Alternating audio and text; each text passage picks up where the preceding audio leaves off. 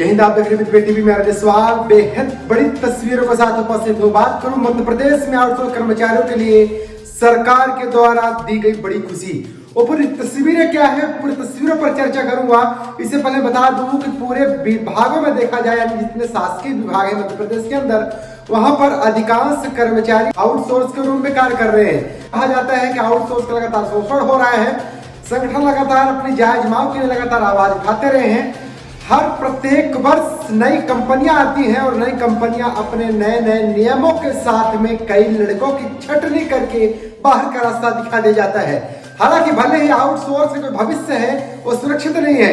45 वर्ष की जैसे ही सेवा उम्र हो जाती है उनकी, वैसे ही उनको बाहर का रास्ता दिखा दिया जाता है। यानी जब जिम्मेदारी का जो वक्त आता है, यानी परिवार को चलाने का जब वक्त आता है, उस वक्त उसी आउटसोर्स को बाहर का रास्ता दिखा दिया जाता है। हालांकि कई आउटसोर्स जो एजेंसियां हैं समय पर वेतन नहीं दिया करती थी, समय पर सुविधाएं नहीं दिया करती थी।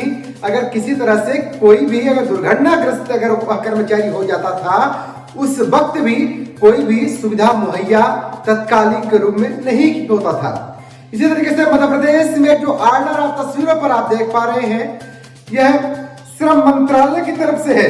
ये मध्य प्रदेश शासन श्रम विभाग मंत्रालय वल्लभ भवन भोपाल से है, जो 2 मई 2024 के दिन में इस पत्र को जारी किया गया है। इसमें आप देख सकते हैं प्रति श्रमायुक्त मध्य प्रदेश इंदौर के लिए यह लेटर जारी होता है। इसमें देख सकते हैं विषय में शासन के समस्त विभागों में कार्यरत आउटसोर्स कर्मचारियों का वेतन भुगतान नियमित कर्मचारियों की भांति प्रत्येक माह की पहली तारीख को सुनिश्चित करवाने बाबत एवं आउटसोर्स कर्मचारियों की अन्य समस्याओं का निराकरण करने बाबत इस तरीके से तस्वीरें, यानी जो विषय है कुल मिला के कहूं तो 1 तारीख के दिन ही जिस तरीके से नियमित कर्मचारियों को वेतन दिया जाता है, उसी तरीके से आउटसोर्स कर्मचारियों को भी वेतन मुहैया कराने का आदेश दिया गया है। आप इसमें देखेंगे और विवरण तस्वीरों आप देख पा रहे होंगे।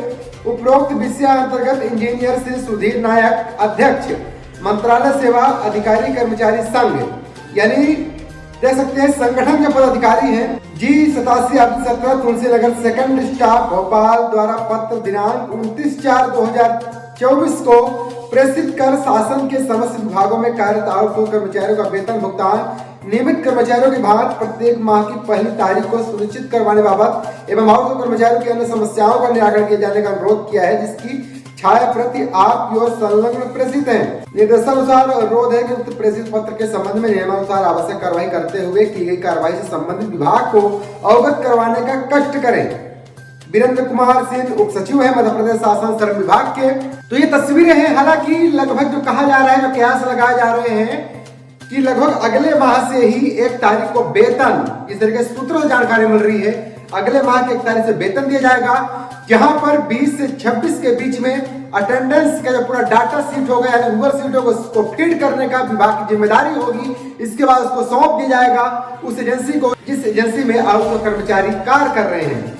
इसी बीच में कई बार आंदोलन में कई बार जिक्र किया गया कि 45 वर्ष की जो सेवा काल है इसको बढ़ाया जाए, नियमित कर्मचारियों के भांति 60 वर्ष भी किए जाए। इस पर भी अभी शासन से अनुरोध है मध्य प्रदेश टीवी की तरफ से कि कम से कम जिम्मेदारी का जो वक्त है 60 वर्ष तक किया जाए। और जिस तरीके से वेतन की जो बात हुई थी, वेतन रिवाइज की बात हुई थी, उस पर भी लगातार सवाल खड़े किए गए कि यह पिछले 10 वर्षों का जो वेतन रिवाइज है वह दिया जा रहा है। यानी आज की महंगाई के हिसाब से वेतन देने का भी अनुरोध कई कर्मचारियों के माध्यम से मध्य प्रदेश टीवी के लिए संदेश कमेंट बॉक्स में आते रहे हैं। और कई लोग यह भी कहे हैं कि जब भी कोई सरकार पॉलिसी लाती है वह ऊंट के मुंह में जीरा जैसी नीतियां अपनाई जाती है। इस पर कहीं कहीं से मोहन सरकार से लोग की बड़ी अपेक्षाएं हैं और उस अपेक्षाओं में मुझे लगता है कि मोहन सरकार जरूर कहीं कहीं से इस पर एक्शन लेगी।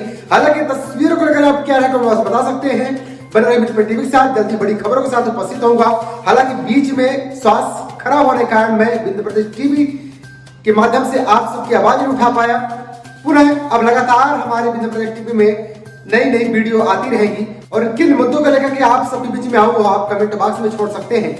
आपके कमेंट बॉक्स पर जरूर हम वीडियो साझा करने का प्रयास करेंगे। तब तक हमारे टीवी के साथ मेरा सवाल बहुत बहुत धन्यवाद।